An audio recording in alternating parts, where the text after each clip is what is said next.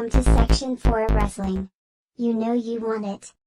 I'm Brian Pillman Jr. and welcome to Section 4 Wrestling with Steph Tanner. Only on YouTube where the big boys play. You know you want it.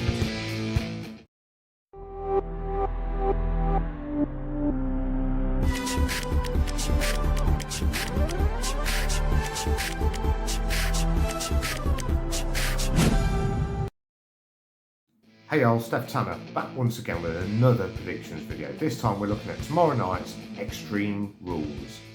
First of all, I want to say thank you very much for everybody who supported the channel, all 5 of our subscribers, and if you haven't done so already, feel free to hit that subscribe button, and also the like button, and the notification button, so you can get all the latest up-to-date Section 4 Wrestling things. Right, so here we go, without further ado, the one night WWE goes extreme.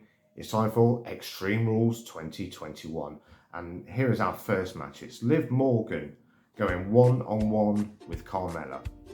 Well, I definitely think this is going to be the pre-show match. This all started out of nowhere. Last week on SmackDown, there was a tag team match. Liv Morgan teamed up with Toni Storm, taking on the team of Carmella and Zelina Vega. So, a really bad ending to the match. Liv Morgan and Carmella got into the ring. Liv Morgan kicked Carmella into the turnbuckle where supposedly she broke her nose. And then straight after the match, after Carmella got counted out with a broken nose, Liv Morgan gets on the microphone and she says, look, I don't think you're beautiful. I challenge you to a match at Extreme Rules. And I want to show everybody how disgusting you look on the outside just as much as you do on the inside. It's probably going to be a pre-show match. I don't really care much for it. I'm going with Liv Morgan purely because this is only her second ever singles pay-per-view match, and I think she could do with a win. Next up, triple threat action for the United States title. It's champion Damian Priest taking on Sheamus and Jeff Hardy. So this feud began a couple of months back when Damian Priest was going on about how Sheamus is too scared to defend the title. So at the last pay-per-view, Money in the Bank, Damian Priest beat Sheamus for the United States title.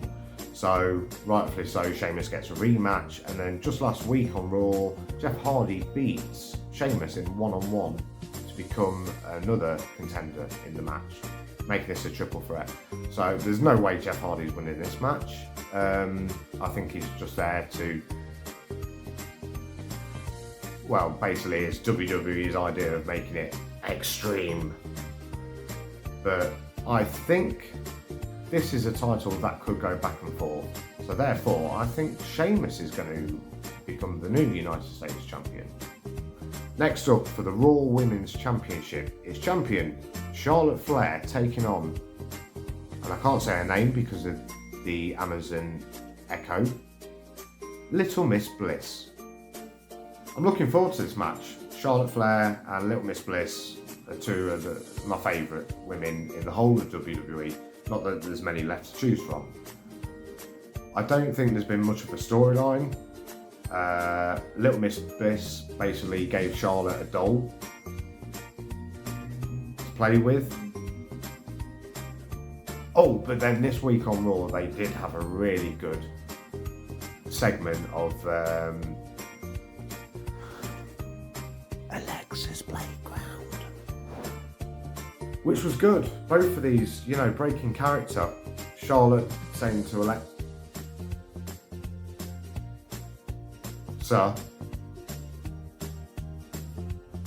how she's changed, how she used to be a great wrestler.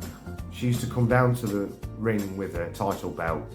Now look at her, she's playing, you know, dressing up as a child and playing with dolls. It's what happened to the real Alexa. And then Little Miss Bliss went on to Charlotte about saying how what are you without a championship?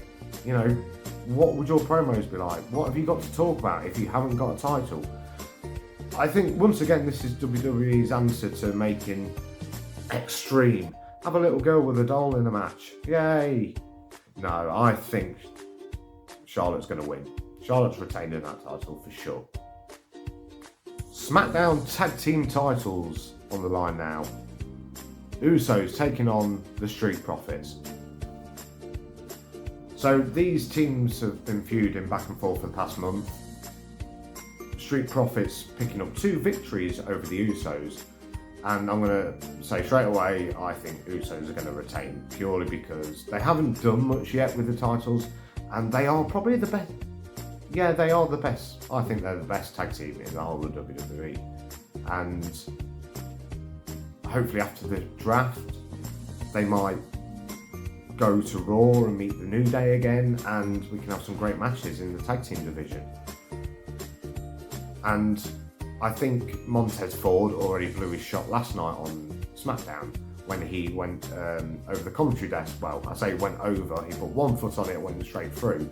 That was his Extreme moment. So, yeah, Usos to retain. Next up, SmackDown Women's Championship.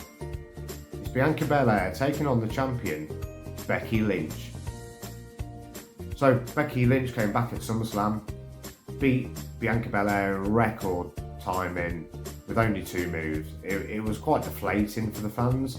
Even though we were so excited to see Becky Lynch, I think taking the belt off Bianca Belair just like that was quite disrespectful, and that's pretty much been the whole run-up to this match. Bianca Belair's been going on about how it's, okay, you beat me, fair enough, but to beat me with 2 moves and at SummerSlam, this was her chance to shine.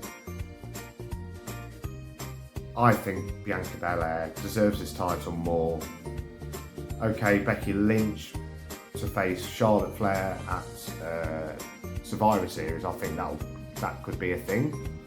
However, I do think they want to put that title belt back on Bianca just to give her a second run. So for that reason, and that reason alone, Bianca Belair.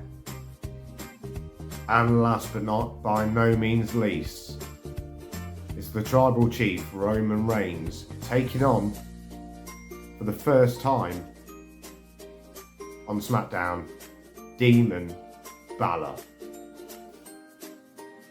in an Extreme Rules match. So finally, after 5 matches, we get an Extreme Rules match. Thank God. I've been enjoying the build to this match. I've really enjoyed the way Finn Balor has been doing his little vignettes backstage. The lights going off and coming back on again. The smoke, the red lights. And for once, the CGI doesn't look too bad. But unfortunately, Finn Balor's not going to beat Roman Reigns. This is just another feather in the Roman Reigns cap. The Tribal Chief is only getting better and better and better as far as I'm concerned. And not just that, it's already been announced that in Saudi Arabia, Roman Reigns will be facing Brock Lesnar for the title. So, you know, that's coming up next month. We already know about that. And also another match, a house show match, has been advertised. Drew McIntyre to face Roman Reigns for that same title. I may as well put this out there now. I actually think Roman Reigns is probably going to win every match at every pay-per-view until WrestleMania next year, when he will face The Rock. So there you have it, the 2021 Extreme Rules predictions from Section 4 Wrestling. Thank you very much for all 5 subscribers. We're on the road to 25 now. I really think we can reach this, and if we do reach it, we're going to add more content to the channel, which by supporting us, we'll support you with more content. We have a lot of things coming up on the channel over the next few months leading up to Christmas. A couple of interviews, and back on Monday I'll be back with another pay-per-view review show where we take all the best parts and funny parts and sad parts and we discuss them in great detail with a bit of a comedy vibe. But until Monday, I'll see you when you're older.